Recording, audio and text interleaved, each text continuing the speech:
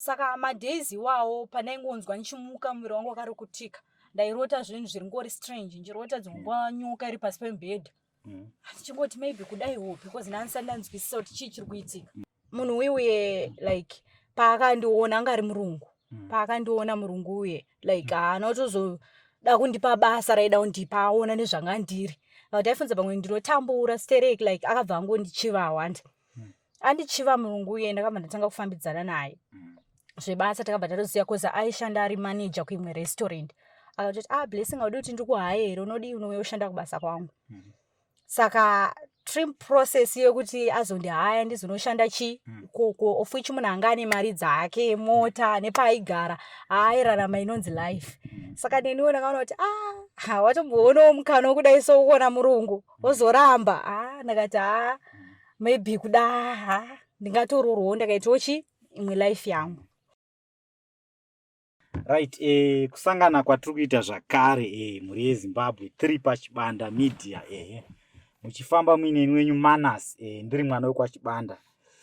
Aiwa nhasi tauya kuchitungwiza kumusha mukuru. Chitungwiza aiwa achitungwiza muneiziva. Chitungwiza yakatakura ndosaka yakanzi musha mukuru. Tine sister wandidaidza kuno akati Chibanda svika kuchitungwiza.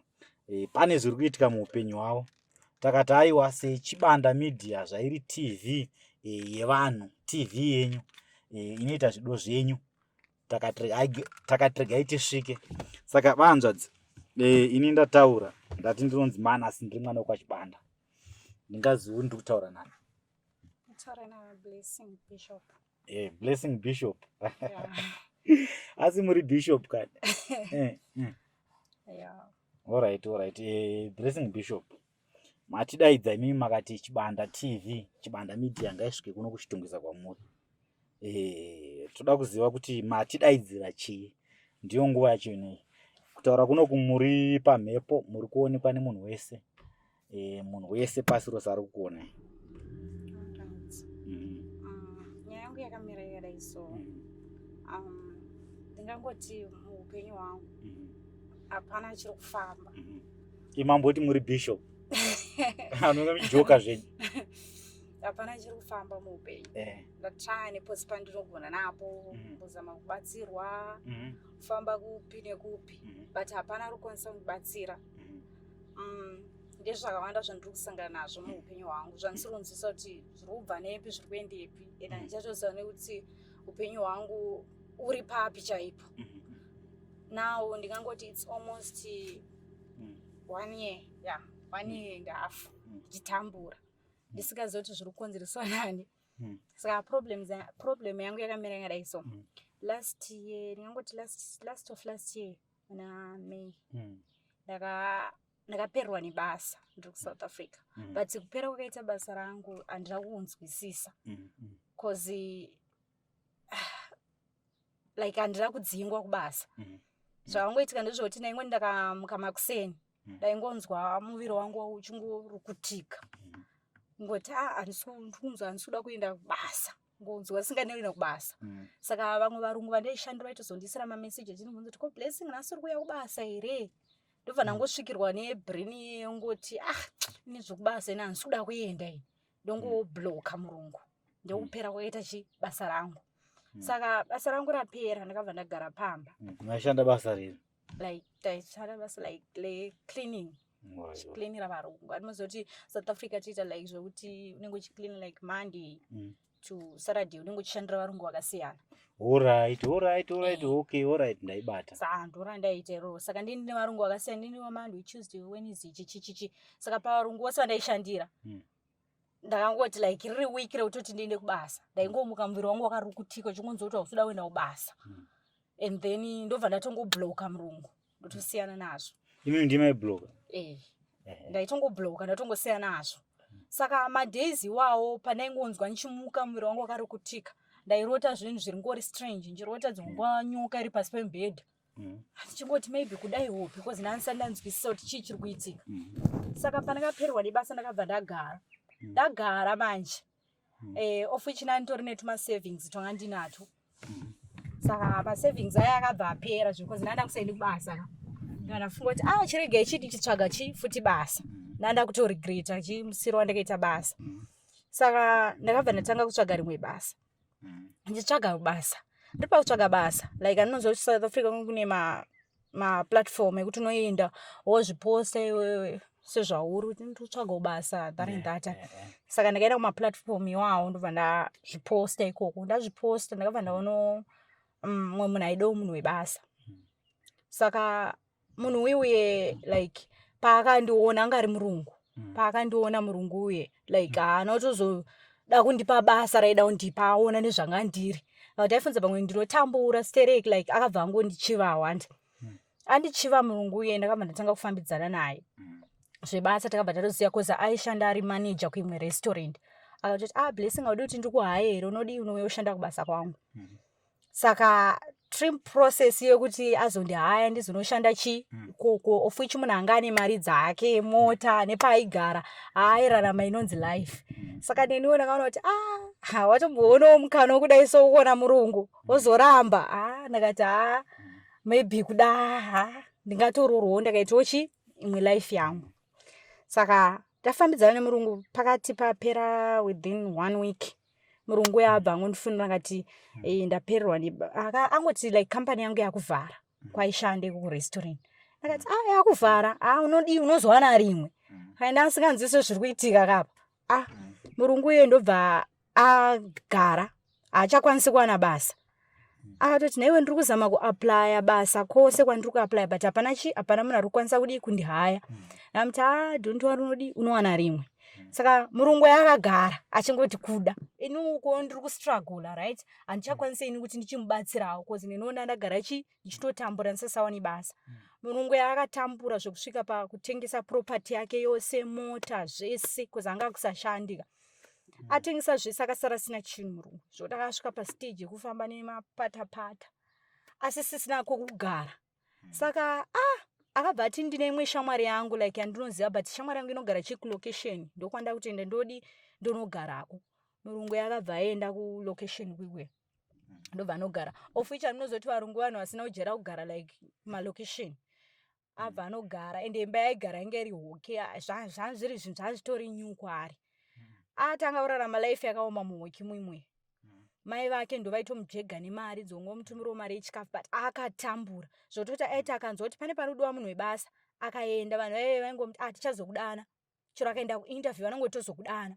Saka inini manje kwangu dzakabva dzaringa ndakati something is wrong. Like ndimbofamba ndimboona kuti chiri kuitika. Saka pandakafamba ndakaenda kuna vamwe mbuya asvika ndabhadhara mari yangu. Mbuya wewe ndobva wanditi mwana iwewe ka zviri kunzi iwe ndakaita mari yekubhadhara pafoni kozi wakati anonudza through phone. Mwana iwewe nechi une mhepo yawakaiswa nambuya yokuti haukwanisi kuroorwa wakaitwa mukadzi wechikwambo. Saka wose anouya muupenyu hwako anodana newe anototambura zvezvokutambura.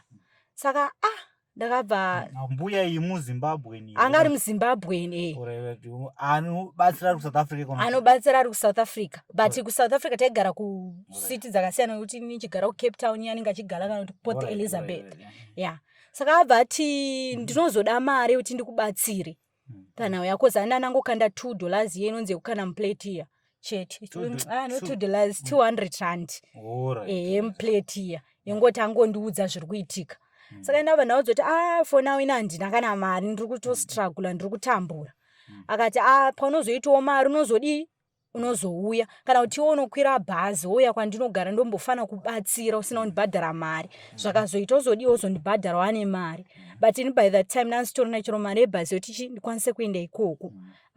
Ndobva ndagara ndabva ndazoendawo kune vamwe mbuya futi vaishandirawo maareas kwedu ndobva vandibhadharisa R500. Vakati R500 yawabhadhara ndeyekuti ndikwanise kubatsira but mbuya kunibatsira kwakaita vangondiudza kuti iwe wakaiswa mhepo iri pauri wangotaura the same zvakataura wakaiswa mhepo iri pauri yekuti haurorwa hapana chinobuda muupenyu hwako. Ndobva wangotora bute mbuya akangondizungura hamene zvavaindiita musoro wachingodaiso nebute chete ndobva wati zvatoitewo chienda but hapana change yandakamboona ipapo. Ndobva ndagara maproblems atanga vanhu ndobva ndambozama kuudza mama wangu akati kuna zvinhu zvakadai so unopengeyo because mama wangu havabhelieve like zvinhu zvechivanhu. Unopengeyo hakuna zvinhu zvakadai zvinoitika undiudza kuti iwe hauchakwanisi kuwana basa chiye usimbe uyu. Ndakati ima musikunzwisa ichi zviri kuitika mulife yangu, dai mazama uniteererawo kana kuti dai mafamba neni. Mama vangu akaramba izvo zvose zvakati hakuna zvakadaro. Ndaona kuti upenyu hwawo mamurungu uya atova extend yekuti kutambura zihoke raari kugara riri kudonha mvura, asisina hembe, asisina chinhu. Ndakati rega ndimboendawo social media ndomboposta mumagroups aya ndomboona vachiposta vangu kumafacebook. Ndozvandiri kusangana nazvo. Ndaposta kudaro mhinduro yandakaona kune vanhu ndeyekuti iwe siyana nemwana wevanhu kozi uri kushungurudza mwana wevanhu. Iwe kana uchiziva kuti upenyu hwako like zviri kuitika muupenyu hwako ndozviri kukonzeresa kuti munhu uyu atambure. Chidii chisiyana naye. Wodzokera kumusha wombonogadzirisa zvinoona zviri kufamba sei. Ndobva ndati ndanzwa mhinduro dzevanhu ndakati plan ndeipa. Ndobva madays wawo ndobva ndarota baba vangu vachiti iwe kubva zvawakaenda kuSouth Africa hapana chawakambobvira wanditumira. Ndobva ndavapindura kuhope. Ndakati dai maiziva upenyu hwandiri kurarama dai musingandidaro because madays wandana kutotambura zvishuwa. Ndo zvandakavapindura. Ndagara ndotanga ndakunzwa zvinhu zvakundivava kumusana uko. Ndakashaura kuti chii because ndaingoti each and every time pandina kugara zvinchita kunge zvinhu zvakaiswa zviri pabendekete zvinchiti futu munyama. Ndakashaura kuti chii. Svika ndasvika paextend yekuti kuna mama vangu ini chindibhadharirai mari yebhasi ndidzokere kuZimbabwe. Ndombozama kuti ndione kuti chii chiri kuita. Mama vangu ati aiwa gara ndokutsvagira basa gara. Ndakati aiwa ini zvokuno handichadi. Ndakuda kudzokera. Mama wanyu ari kuSouth Africa ko? Vakati alright, mama vangu ndobva vandikwidza basi. Ndasvika ndikasvikira kuChinhoyi ndokuna baba vangu. Ndasvika like ndingangoti family yose yababa vangu like vanhu vachona havanzwisisiki like because it's like a family house. Saka vanogara ivo nemukoma wavo wanari pamba nemukadzi womukoma wavo nevana. Saka baba vangu munhu anoita zvekudhakwa. Aritori addicted zvokutoti avanongogara vakangodhakwa each and every time. Saka ndakasvika pamba, ndasvika ndobva vafara. Ndidho vangu vanoita kunge vanobhilivha zvinhu zvemudzimu so. Ndobva vatanga kuombera maoko, mai vangu nhingi, mwana wenyu adzoka nhingi, adzoka pamba. Ndakati asi kudhakwa kana kuti chii handizivi kuti kwengu uri kudhakwa here zvinhu zvavanenge vachitaura.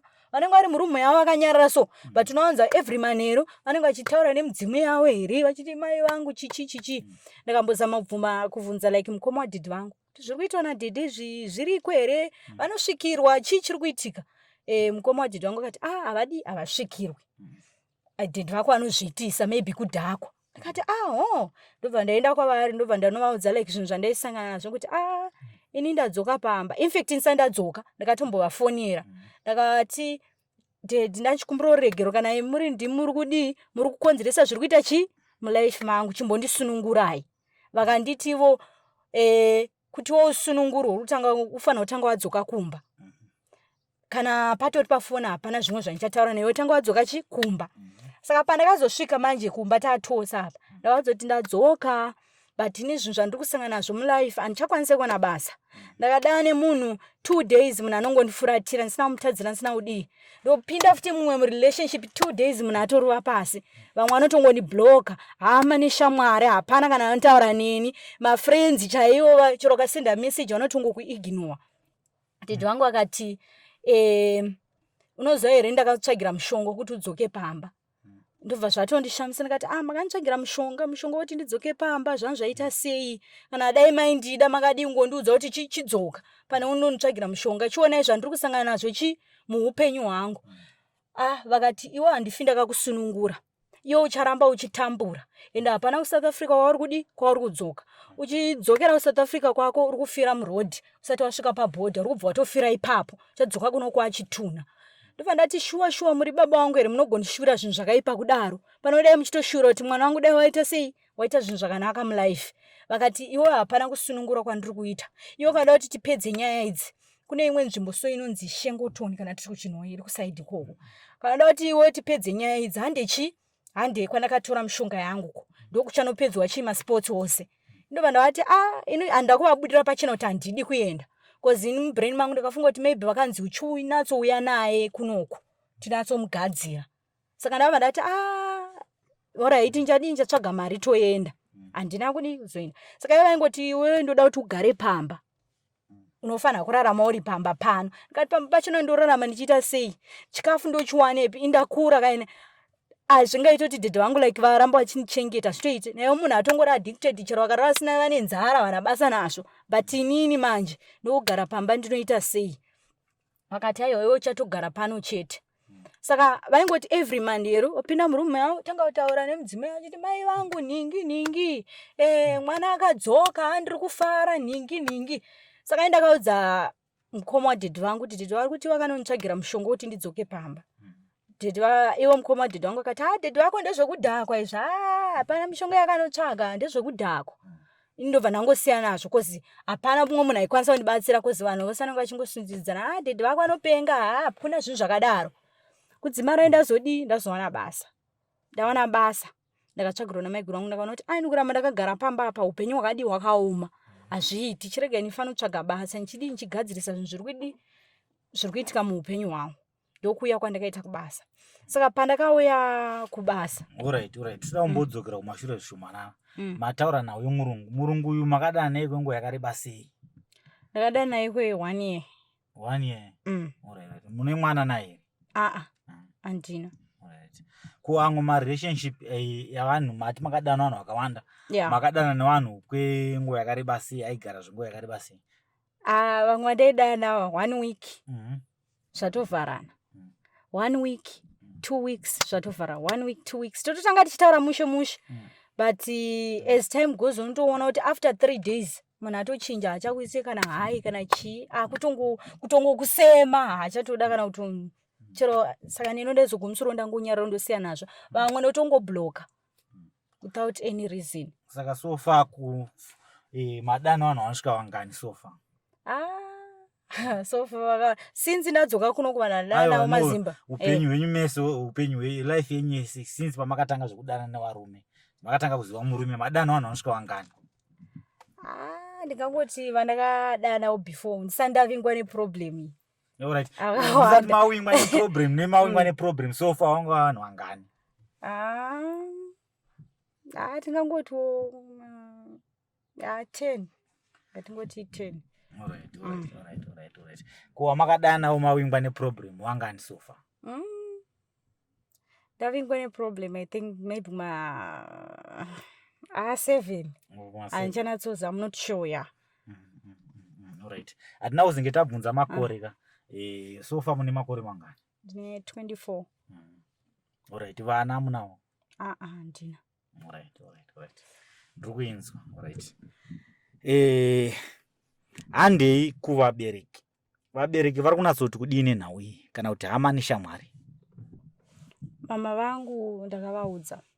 Pandakavaudza vakati vanototaura kuti asi uri kuputa madrugs api.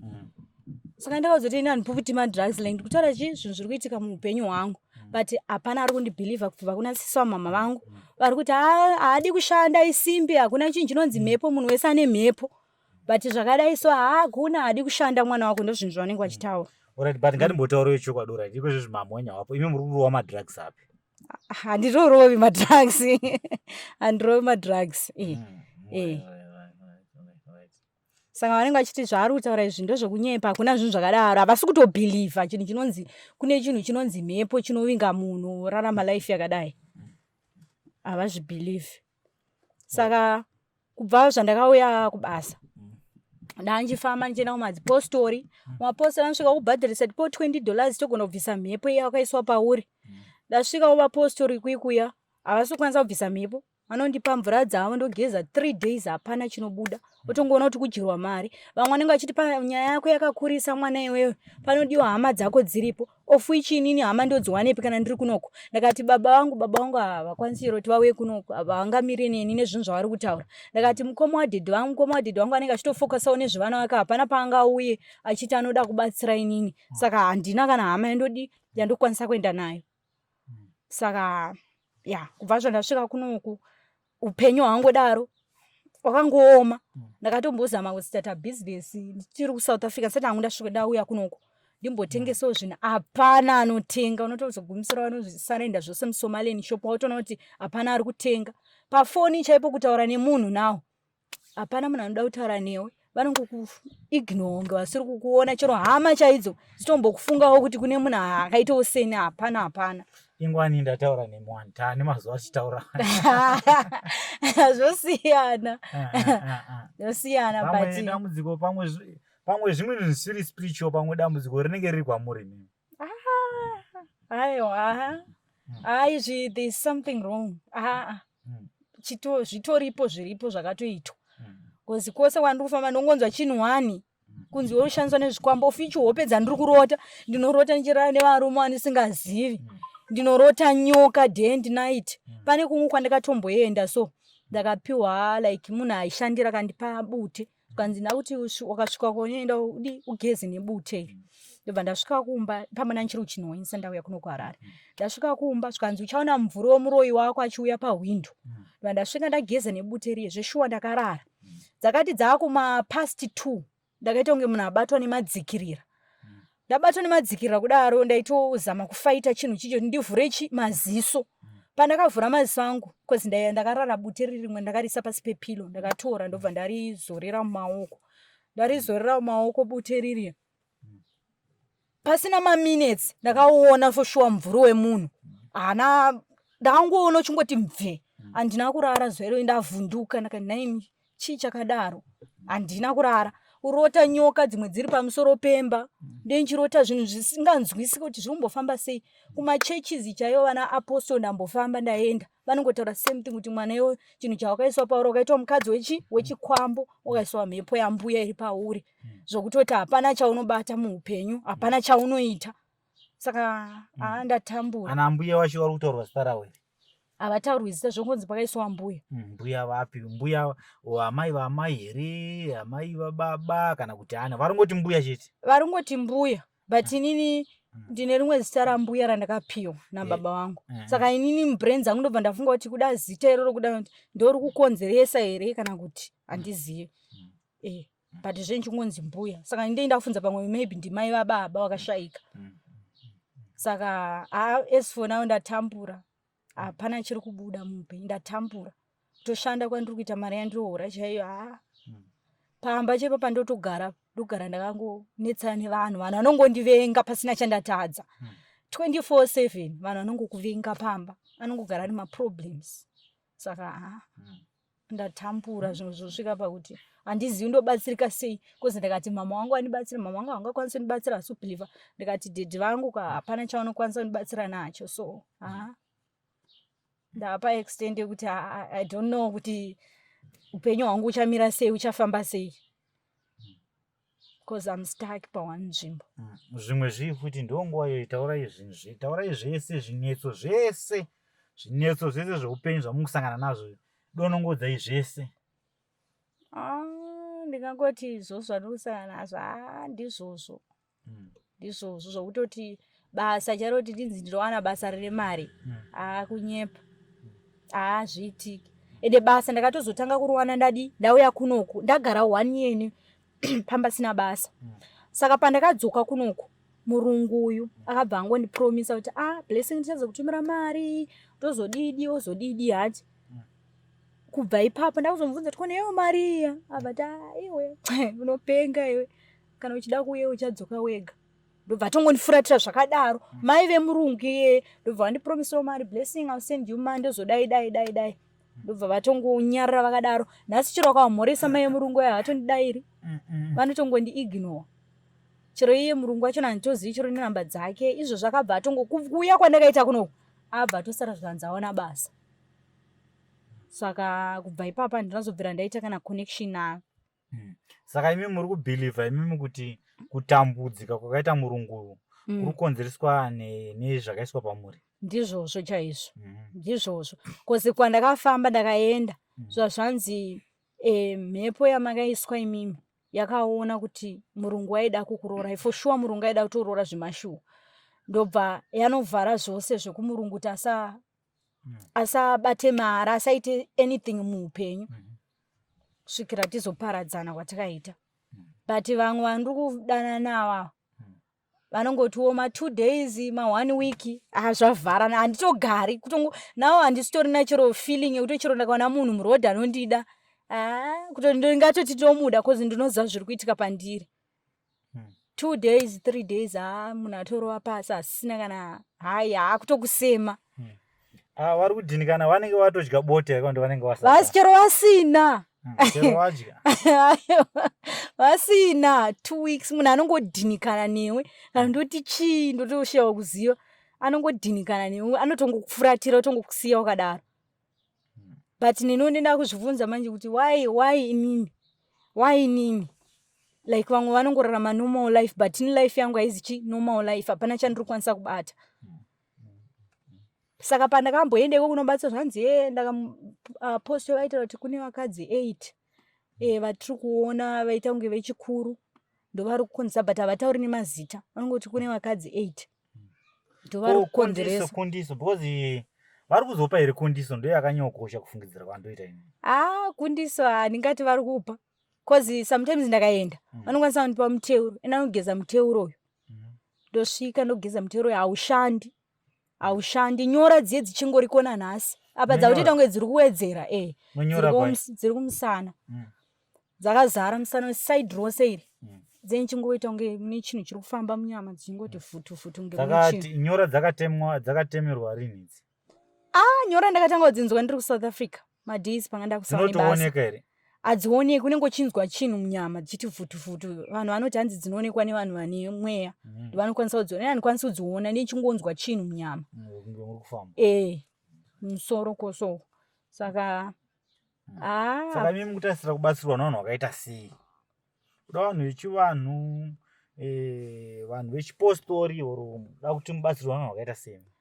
Nini paextent yandiri nawo ndinongoda chero anoti anokwanisa kuzvibvisa zvachona zvandakaiswa. Handina basa kuti mupostori kamuchi anongokwanisa kundibatsira kuti ndibve mumatambudziko andiri. Because love amene kana une zvimwe zvekubvunza kapa? I think vanza zvakawanda because nyaya naenda kutobvunza ndeye kuti type of help yavari kuda chaiyo ndeipi, ndezvipi zvakavarerukira, vari kuda here kuti kuenda kumaprofita, vada maprofita etsanangudzo dzakawanda here kana kuti vada kuenda kune munhu anongonzi waanobatsira vatrai kubatsirika padambudziko ravainaro racho. I think ndofungidzira kuti ipapapo wapataura kudhara kuti varongoda eni munhu anokwanisa kuvabatsira. Saka I think pachine zvimwe futi here. I think ndizvo zvose zvandiri kusangana nazvo. But mimi hapana here imwe hama angave kana mwana wekwamainini wekwaba mukuru anozivawo nyaya iyi kana kuti vamunogona kufamba naye?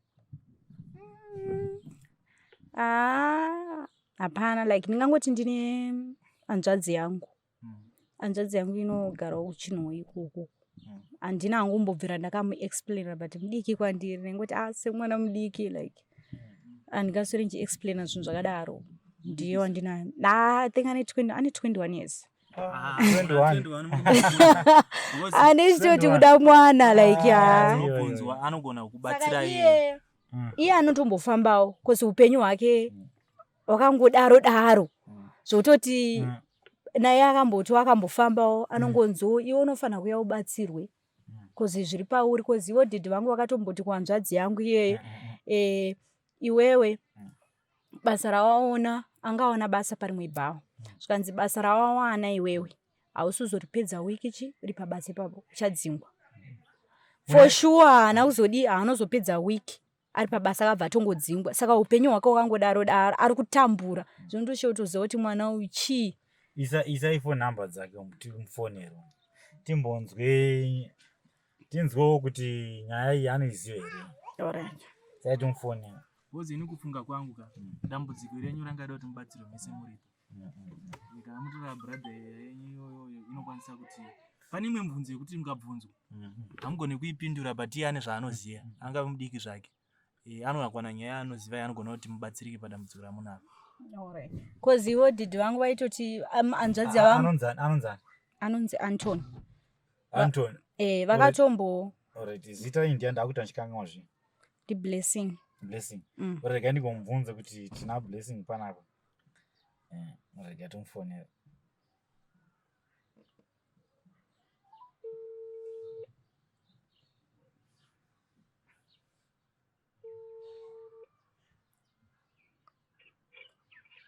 Halo? Muri sei mukoma Blessing? Antoni. Muri sei mukoma Antoni? Zviri kufamba zvakanaka here mukoma Antoni? Mushe.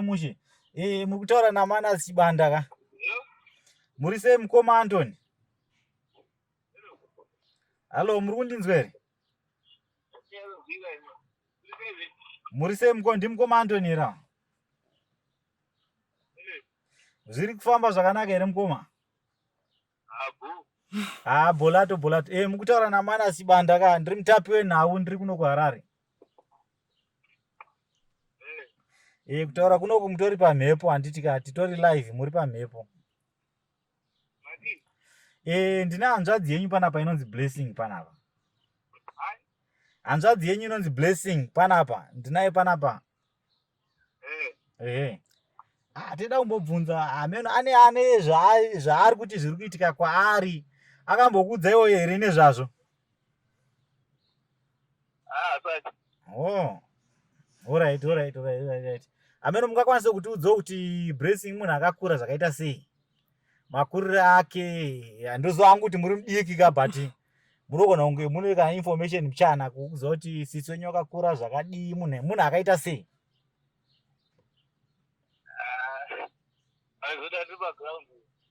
Aya, but munogona mukwanisa kungoti donongodza 1 2 1 2. Munhu anomboita zvemadrugs here, kana kuti munhu akamborwarawo nenjere, kana kuti munhu ane musikanzwa, kana kuti chii? Hamene toda kunatsonzwisisa, because hana nyaya dzandiri dzaari kutaura panapa handisi kunatsonzwisisa. Something like yakuta spiritual attacks, this and that. So tangoti regai ndibate imi hama yacho. Ari kutaura nhau dzekuti ane zvimwe zvinhu zvinenge zviri kumukanganisa here, like spiritual attacks. Ndiri kubvunza kuti munhu, alright, akamboitawo here zvemadrugs? Alright. Ko kurwara nenjere, akamborwarawo nenjere?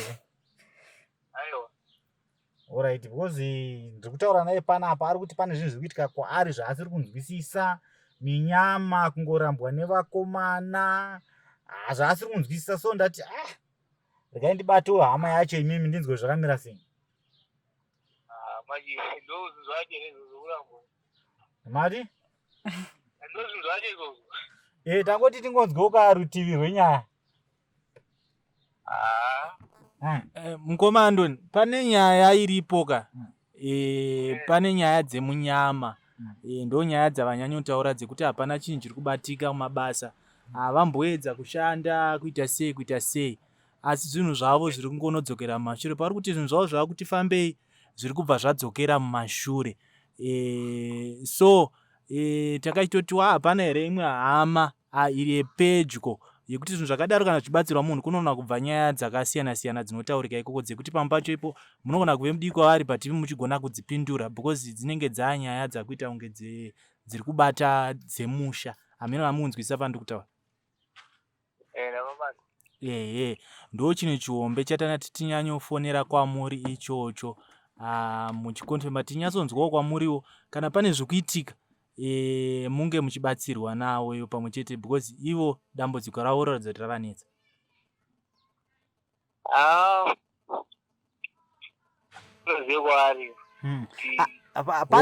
Alright, kuti zveruke munogona kutaura mese handiti? Pane zvamamboti zvimwe hazvidi pafoni ka, mukwanisa kutiudza. Vanogona kutaura, mukataura mese ka munogona kuti nyaya yedu tikurumidze kunzwanana zvakanaka. Hello. Wadi. Bo. Tachitaura panyaya Didi paipai hanti. Anoziva zvinoita Didi, kuti kana vari mumba mavo vanotanga like kuita kunge munhu anobudirwa nemudzimu achitaura kuti mai vangu chakati. Handiri kunzwisisa zvandiri kutaura. Pane by that time iwo pawakati Didi vakazoenda newo kuShengoton, uchiri kupaziva, vachiti iwewe waida kupiwa mushonga ikoko, uchiri kuziva. ungakwanise kutsanangurawo here kuti vanhu vanzwe pawakati wedhidhi vakaenda newe kuShengotoni handi vada kuti iwe unopiwa mushonga ungakwanise kutsanangura here zvakafamba sei kuitira kuti vanhu vanzwe ndiri kutopinde mumwara ndiri kwazi ndobva kuzoendena ndakutosvika ndamwara wati ipapo nditori mwarari but isikwatira aiwa taura kozi titori live just explain kuti zvakafamba sei pawakaenda newe uchida kuti unopiwa mushonga zvatopfuura kazena nozikangana shamwari ka uri palive ka ungakangane zvinhu zvakadaro but zvimwe zvauchiri kuzivawo zvishoma zvauchiri kuziva ndokuti nyaya yenyu hanzvadzi yako igone kubatsirikana shamwa taura kuno kuri palive ndikuzvitoa kozi handinoziva kuti dhedhi vakati iwo vakanditsvagira mushonga wokuti ndidzoke pamba uri kuzviziva here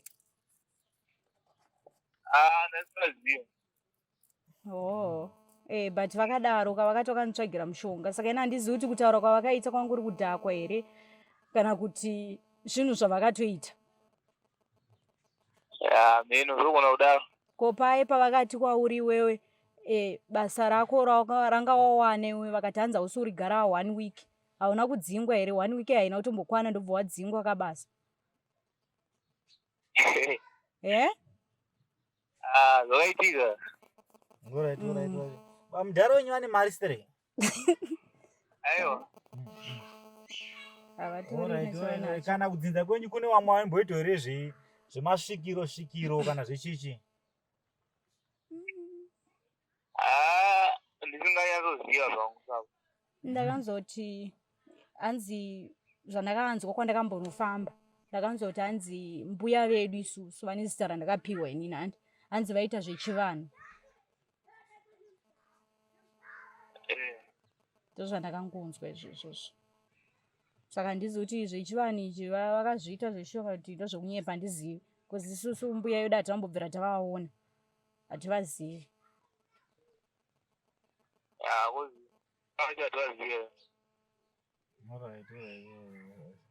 aiwa hamaita basa mukomane tanzwawo rutivi rwenyaya iyi saka hanzvadzi yenyu inge ichitaura kuti hanzi kumwe kwacho kwairi kufamba inenge ichinzwiwa neukama saka iyoyo yakati kana kuti huye kwakati kunobvuma here kuenda nayo alright hai okay muve nezuva rakanaka tichazotaura nemi iwo pakufamba kwavanomboita wakambonzwa here nhau yekuita sekuti panonzi une zvoda kuitwa pauri pane chivanhu chiri pauri kana kuti zvemudzimu kana kusvikirwa kana chichi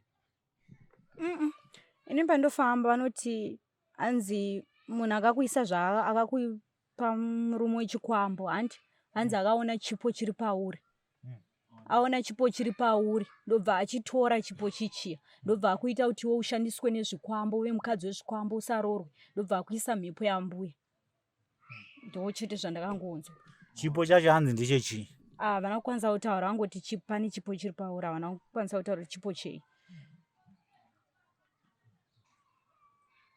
kupanza saka anokwanisa kudaidzira nhamba dzake otoita sei kana kuti wanobata isu toita sei taurai nhamba dzenyu kuitira pane vanhu angati nini andokwanisa kubatsira nyaya yako iite zvakanaka anongokubata panhamba idzodzo 078 718 2598 078 718 2598 muri yezimbabwe ndofunga mainzwa nhau inge tinayo nhasi pano pachibanda media so kune vanoti vanozvigona aiwa ndofunga hanzvadzi yedu yatipa phone number yadaidzira munokwanisa kumubata mumubatsira but ndofunga manzwa chichemo chake ichi ndechekuti mari cheche haatorina saka ndofunga kune wachamubatawo makamubatsirawo pachena munenge magona handitika meno kana une zvimwe zvaurida kutaura futi zvakare Hapana. Chandinongoda chete kuwana rubatsiro for now because ndo the last hope yandinayo.